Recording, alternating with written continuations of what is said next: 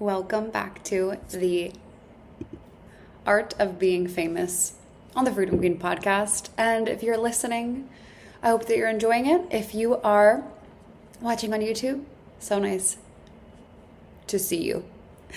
So what I want to talk with you about is my way that I see influence, and it's different than how other people see it in the world. So a lot of times when people are talking about influence, they really see it as this one-way street. They see category of one. Like you need to be different in order to be different, and you need to stand out from everyone else, and you need to look different just to be different to make yourself known. And I've always seen influence as an infiltrating of the current system in place and a reimagining of the space. And this is what I find the differences between somebody that's legendary influential or excellently influential and somebody that's influential for a moment and then dies off. So a lot of times in the online marketplace, people talk about things like category of one or build a world of your own. And for me, when I first started, I never wanted to be category of one. I just wanted to build something that was so truly excellent that it became a standard. It became a marketplace, a mecca, a place that other people wanted to park their businesses next to. If you were to imagine like a street in Paris, other people would want to park their business next to Freedom Queen, and they would want to get an in-person location next to mine because it was so excellent. And it was so excellent that it amplified their brand. But the problem in the online marketplace is that a lot of people do category of one, world of your own, isolate, but to the point where that messaging is actually damaging of the marketplace. Because imagine a buyer. A buyer is shopping in Paris, and everybody decided to be so category of one, so different, so unique, just to be different, common enemies. You're different than her because you're responding to her because she does this, so you can't do this. That you made the buyer run around Paris and France or New York City to go to all of your stores. It's like, that would be really annoying. When I take clients to Paris, and I love shopping in Paris. That's what I'm talking about. I just love it. It's so fun. When we do client shopping experiences in Paris, it's one of my favorite things to do. I bought one of my favorite necklaces that I own now. One of my mastermind clients owns this. I gifted it to her. I just bought my most favorite things in Paris. Just something about it. I love it. I love the whole experience. And one of the things I love about the experience is that I get to go to different shops and they're all close to one another. I get to be in all of Dior, but then I get to go to Gucci, but then I get to go to YSL, but then I get to go to Mont Blanc. Like I get to go to all of these different places. And as a buyer, I find that to be very much so enjoyable. Now, all these places are different, but they're not different because they're trying to be different. They're just different because they've built something that is truly excellent. So I think that when world of their own, category of one started to come up, I think that it was designed to be of service. Because I think that what it started to happen in terms of influence is that people were sounding so much the same. So it was like you had the shops and everybody sounded the same. But now you still sound the same if you're just telling people to be category of one or be different or position yourself. If you're the only reason you're different is because you talk like that, then you're not really the standard. You're not actually improving the marketplace. What improves the marketplace is building something that is so uniquely you, but it's just uniquely you because you're not trying to be different. So the way that I've built Freedom Queen as an example, it's not like I looked into the marketplace and said, oh, well, they're doing that, so let's do this. I looked at me and the high caliber buyer that I love to lead, the clients that I love to transform, and I just said, let's create an incredible business for this woman. And what used to bother me when I first started in the online space is people would say things like, well, I am you, or I'm not you. And I was like, but I don't think that way. And a lot of online coaches, personal brands, info marketers, personal development people, they think this way. So they'll say things like, this is where people get mentorship wrong. So they'll say things like, but you do this and I do this. It's like, okay, yes, and why? What's the point behind that? Are you needing to use who I am and who I am not to understand who you are?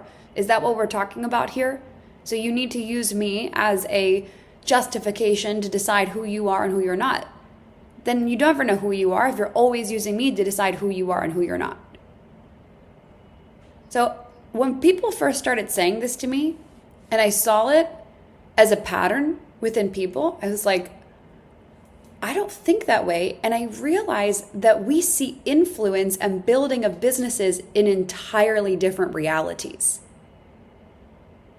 And I think that that's why, one of the reasons why I've always loved the personal development industry, and I've really benefited from it, because I've gone in as I'm just inspired. I'm moved by excellence.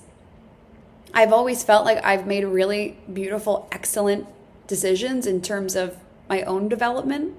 Like I've never regretted any of my development decisions, because it's like I'm going to do what I want to do anyways. So I'm here to be inspired. And I think maybe that's because I was raised that way in a very competitive performance background. And if you just copied the dancers, then you were never going to get the gig. You always had to find your way in the performance world to stand out, but not through the lens of, oh, she's doing that, so I'm going to do something different. It's just, this is what I'm actually the best at. And this is why dancers, no matter how many kicks and tricks and flips and things that they could do, the best dancers were always the one that just danced in the way that was in alignment with them. Do your eyes always go to them? After a certain point in time in the field of performing arts, somebody flipping upside down 5 times, but like can't stay on the beat and doesn't have rhythm and like soul and sauce and vibe, you get bored of them. But the person that evolves their dancing, their performance art, their work over time, and they're just so embodied in who they are, that presence will move you the most.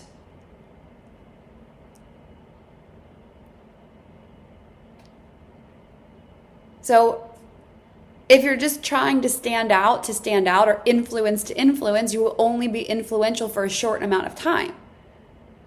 But if you were trying to do something that is just excellent and you're doing it uniquely to your own lifestyle, design, personality, your blueprint, your destiny, the prophecy of your life, then you're going to build something that is truly excellent, something you love. And then instead of being category of one, you're actually going to be category of many, because your work is so good that other people feel like they want to bring their businesses, they want to be influential with you. And really smart businesses, the giants of the world, do this, where they say, well, I'm coming over here. Do you want to come over here?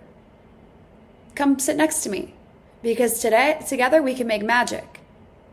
Everyone else likes to isolate. Why would you do that? The giants of the world know that we can go so much further when we're actually complementing one another. We can build something that is truly beautiful when you're living that way, and it's uniquely your own. So if you are looking at influence as you just need to respond and be different to be different, then you might get some fame and some influence for a short amount of time, and the viewers might look at you and say, oh, she can do the kicks and flips. But over a certain amount of time, that will die off. And eventually people will look at the people that have built something really excellent, and these are the brands that compound. So when I think of Freedom Queen, and we're having potentially the highest month in the history of Freedom Queen right now, that's because it's compounding. And I'm not building something to be different. I'm building Freedom Queen, the brand that I personally want to build right now for the buyer that I know will be ultimately transformed at the highest level inside of Freedom Queen. You do not have to be category of one like ChatGPT will tell you. Actually, I find that that's a really beginner way to build the business. The more advanced way is build something that becomes the standard. Build something that actually is for the many, that infiltrates and moves and shifts marketplaces. Now we're really talking about someone who is a legendary woman and is extremely influential. So if you got value out of this, if you loved this, then stick around. Come to another episode on our YouTube channel or on the Freedom Queen podcast, and I will see you in all the places, and I look forward to seeing what you build that is absolutely excellent.